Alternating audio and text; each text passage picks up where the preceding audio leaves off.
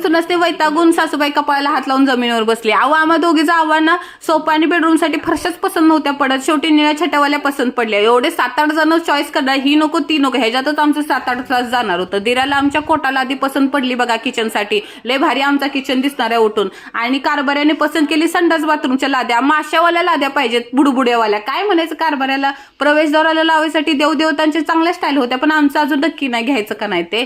आणि बेसिन एवढा हो म्हणून मोठा बेसिन घेतला की रात्रभर भांडी घासतच बसलं पाहिजे बायकाने. खावा आणि भांडी घासा एवढंच काम आहे. आता किचन ओटाचा नंबर होता, आम्हाला काळा वटला नव्हता पाहिजे होता.